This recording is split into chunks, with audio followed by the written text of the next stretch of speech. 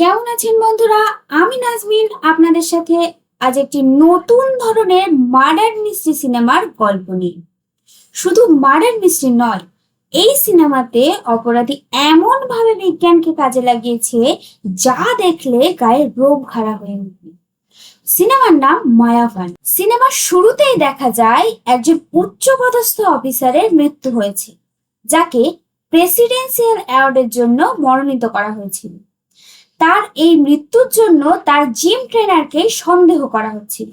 এরপর অন্য একটি দৃশ্যে আমরা দেখতে পাই ইন্সপেক্টর কুমারকে, যে একটি চোরকে ধরতে একটি বাড়িতে ঢুকেছিল। ইন্সপেক্টর কুমার সেই বাড়িতে আচমকা ঢুকে দেখে আরো একটা মহিলা খুন হয়েছে, এবং সেই মহিলাকে খুন করে ওই একই জিম ট্রেনার তার রক্তমাখা হাত দেয়ালে মুছছিল। তারপর ইন্সপেক্টর কুমার এই দেখে তার উপর ঝাঁপিয়ে পড়ে এবং তাদের দুজনের মধ্যে প্রচন্ড মারামারি হয়। এক পর্যায়ে ইন্সপেক্টর কুমার নিজেকে বাঁচাতে একটি লোহার রড দিয়ে সেই খুনি জিম ট্রেনারকে আঘাত করে, আর জিম ট্রেনার সেখানেই মারা যায় এবং ইন্সপেক্টর কুমার মাথায় গুরুতর আঘাত পান। এই দুর্ঘটনার পর ইন্সপেক্টর কুমার অনেক দিন হাসপাতালে ভর্তি ছিলেন। তিনি প্রায় 3 মাস পর হাসপাতাল থেকে ফিরে এসে কাজে ফেরার সিদ্ধান্ত নেন। ইন্সপেক্টর কুমারকে জানানো হয় যে তাকে মানসিক স্বাস্থ্য পরীক্ষা করাতে হবে। কুমার এই মানসিক স্বাস্থ্য পরীক্ষা করার জন্য ডাক্তার আদি রায়ের সাথে সাক্ষাৎ করেন। তিনি কুমারকে জানান যে তার মানসিক পরিস্থিতি ভালো নয়, তাই তার পক্ষে এখন কাজে যোগ দেওয়া উচিত হবে না। এটা শুনে কুমার রেগে গিয়ে সেই স্থান থেকে বেরিয়ে যান। ডাক্তার আদিরা সার্টিফিকেট না দেওয়ায় অন্য একজন ডাক্তারের থেকে সার্টিফিকেট নিয়ে কুমার আবার কাজে যোগ দেন।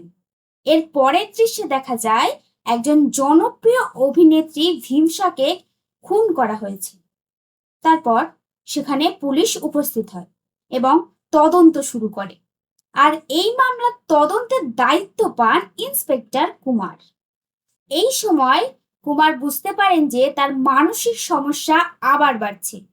নিজের মানসিক অবস্থার উন্নতি করার জন্য তিনি রুদ্রা নামের একজন মোটিভেশনাল স্পিকারের সেমিনারে যান। সেখানে গিয়ে একজন লোকের সাথে তার ঝামেলা হয়। মানসিকভাবে একটু সুস্থ হলে কুমার আবার তদন্তের কাজে ফিরে আসেন। এই অভিনেত্রী ভীমসা খুনের তদন্ত করতে করতে কুমার সিনেমার প্রথম দিকে দেখানো সেই মহিলা খুনের সঙ্গে এই খুনের অদ্ভুত কিছু মিল খুঁজে পান।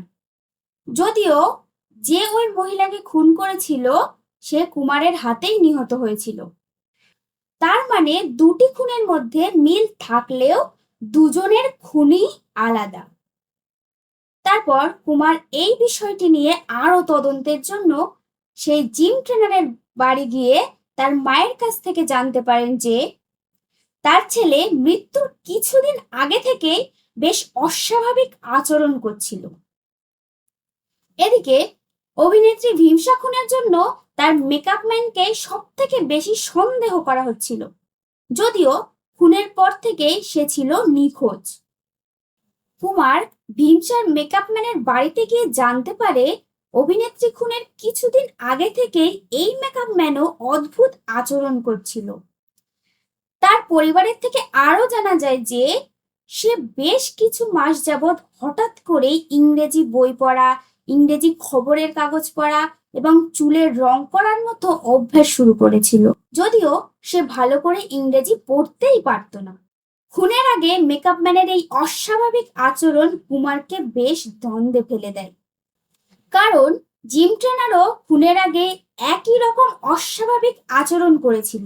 কুমার মেকআপ ম্যানের অতীত এবং ভীমসার সাথে তার সম্পর্ক খতিয়ে দেখতে শুরু করে। মেকআপ ম্যানের মোবাইল ফোনের কল রেকর্ড ট্র্যাক করা হয়। মেকআপ ম্যানের পুরনো কিছু ছবি এবং ভিডিও সংগ্রহ করে কুমার দেখে এটা সেই লোকটা যার সাথে সেদিন সেমিনারে কুমারের ঝামেলা হয়েছিল। মেকআপ ম্যানকে ধরার জন্য কুমার তার দলের সদস্যদের নিয়ে অনুসন্ধান চালায়।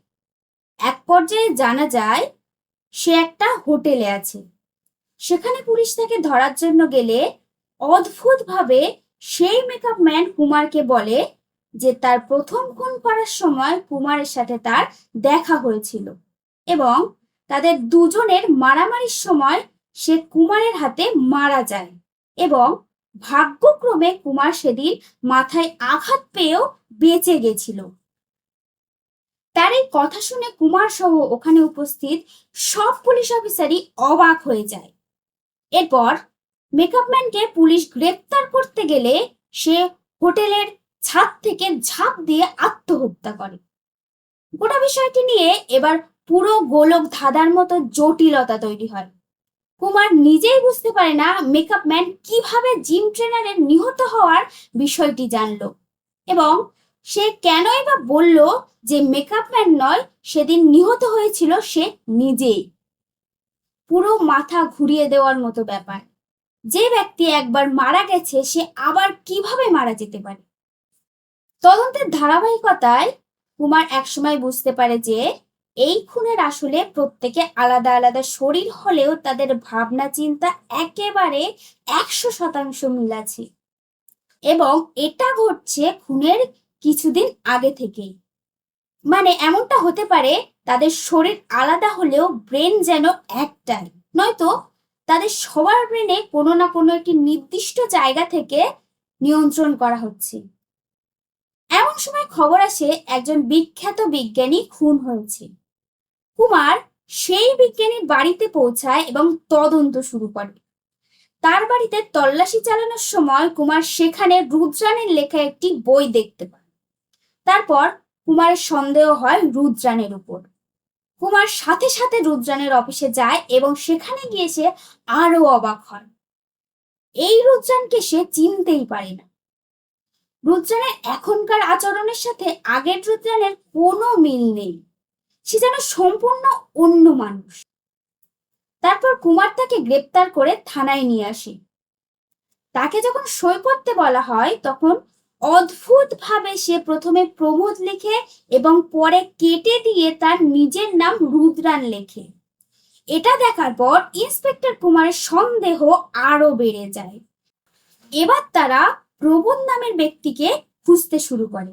অবশেষে তারা জানতে পারে যে প্রমোদ এই সদ্য খুন হওয়া বিজ্ঞানীর সাথে একই জায়গাতে কাজ করত। প্রমোদের সম্পর্কে আরো জানতে পুলিশ তার ইনস্টিটিউটে যায়। সেখানে গিয়ে জানতে পারে বিজ্ঞানী প্রমোদ 6 মাস আগে মারা গেছেন। মানে গল্পের শুরুতে যিনি মারা গেছিলেন তিনিই ছিলেন বিজ্ঞানী প্রমোদ। প্রমোদের বিষয় আরো জানতে কুমার প্রমোদের এক বন্ধুর কাছে যায়। সেই বন্ধু পুলিশকে জানায় যে প্রমোদ মানুষের ব্রেনের ভিতরে তথ্য নিয়ে গবেষণা করছিল।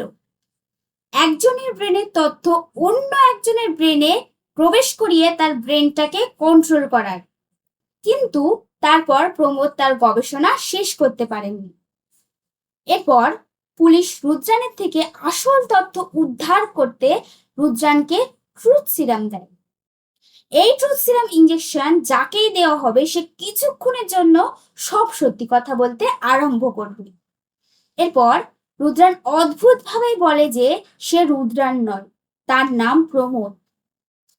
সে গবেষণা করছিল কিভাবে একজনের ব্রেনের তথ্য অন্যজনের ব্রেনে পাঠিয়ে তাকে স্টোর করে রাখা যায় আজীবনের জন্য, যাতে দেহের মৃত্যু ঘটলেও ব্রেন এবং স্মৃতি বেঁচে থাকবে অন্যের ব্রেনের মধ্যে। এবং শুধু তাই নয়, এই ক্যাপসুলটি এমন ভাবে প্রোগ্রাম করা হয়েছিল টার্গেট করা একজন ব্যক্তি যদি মারা যায় তবে অটোমেটিক ভাবে ব্রেনের কপিটি সেকেন্ড টার্গেটের ব্রেনে চলে যাবে। তার এক্সপেরিমেন্টের প্রথম টার্গেট ছিল জিম ট্রেনার।